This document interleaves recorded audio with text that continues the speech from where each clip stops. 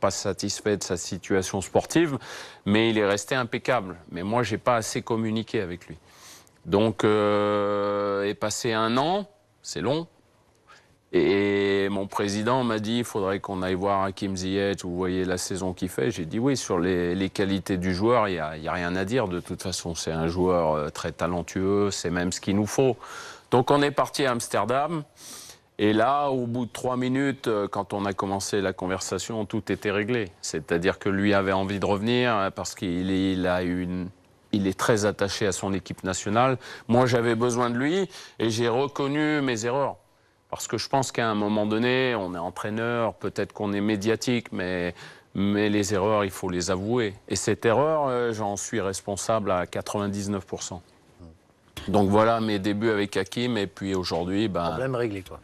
Problème réglé, et même plus que réglé. Plus que réglé. Est-ce que je peux parler, Sarah, d'un joueur? Moi, j'aime beaucoup Dirar. Ouais. Et je ne sais même plus où il est. Fenerbahçe. Il est à Fenerbahçe. Parce que je trouve que sa période une année Monaco, où je le trouvais avec d'énormes qualités. Est-ce que c'est aussi un leader de ton groupe ou moi? Bon, c'est un joueur important qui a eu quelques petits soucis physiques cette année parce que extra sportif, il jouait pas en début de saison à Fenerbahçe jusqu'à ce qu'il s'était cocu.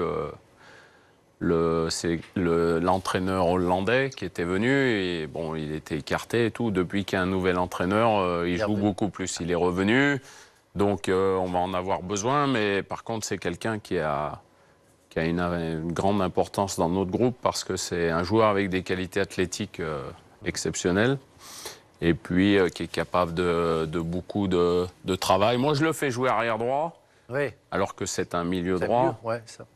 Voilà, mais c'est l'arrière droit moderne, quoi. Non, mais t'as un beau groupe. Très offensif.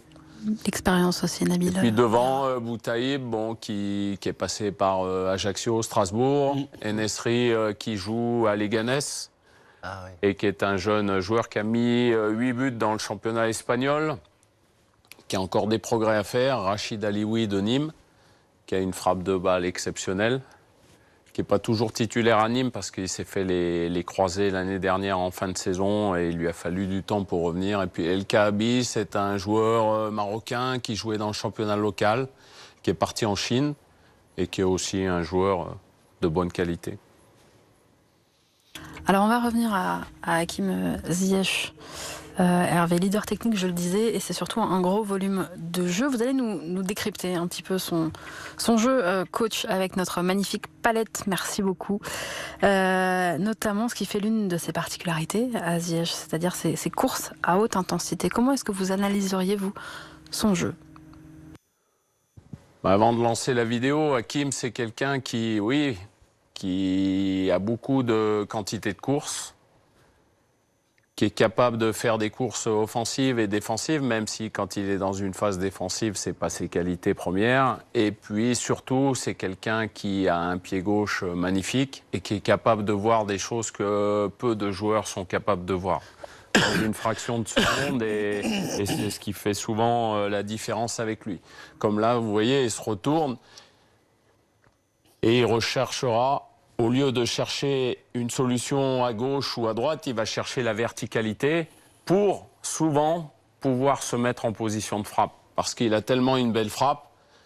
Le dernier match contre la Juventus de Turin, le match aller, je pense qu'il a frappé 6 ou 7 fois au but dans un quart de finale de la Champions League.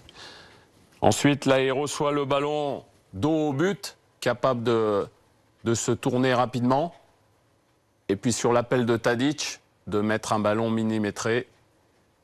Et ça, c'est sa qualité première, se remettre face au jeu très rapidement. Donc il y a certains joueurs qui sont capables de voir ces choses-là, puis il y en a d'autres... C'est vrai que même par rapport à son positionnement... Si ça avait été moi, j'aurais donné un ballon latéral de 5 mètres. Mais bon, ou alors tu t'ouvres le genou. Je ne suis pas une référence, quoi. Il frappe beaucoup, mais marque peu aussi, finalement. Il a quand même, il a pas mal marqué. Là, il tente quelque chose à 35 mètres du but, peut-être sur ce quoi Franck parlait tout à l'heure, un peu d'individualisme par moment, mais les joueurs qui ont de la qualité, il en faut. Quelquefois, ils en font un peu trop, ouais. Voilà, là, il intercepte une passe, et puis de suite, Vous voyez, un ballon millimétré pour un attaquant, toujours dans la verticalité, et c'est là son plus gros point fort. Là, c'est une facette sur laquelle on parlait tout à l'heure, c'est pas là où il est le plus performant, il se fait éliminer par Karim Benzema très rapidement. Si on doit lui trouver un défaut... voilà, c'était ça, et puis là, par contre, il commet une faute, mais il faut remettre les choses dans leur contexte. Donc il y a un peu de maladresse, mais il y a aussi que l'Ajax d'Amsterdam mène dans les arrêts de jeu ou pas très loin des arrêts de jeu contre le Real de Madrid à Madrid, et que la faute, comme on dit, c'est une faute tactique ou une faute... C'est quelqu'un tu dis, il est assez frêle, c'est pas quelqu'un qui... Ah mais c'est quelqu'un qui musculairement, il va impressionner personne. Si on le voit, on va se dire... Mais il a un coffre, il a un gros coffre. Oui, il a un gros coffre capable de répéter beaucoup de courses, et puis c'est surtout un joueur magnifique avec son pied gauche, c'est une main. Un toucher de balle. Sur les coups de pied arrêtés, vous regardez quand il tire les coups de pied arrêtés avec l'Ajax. Alors, parce qu'aujourd'hui on parle de l'Ajax et du jeu de l'Ajax, mais il faut se rappeler qu'il y a 2 ans, l'Ajax a fait une finale d'Europa League contre Manchester United. Et Hakim jouait dans les 3 milieux, dans une position un petit peu plus haute.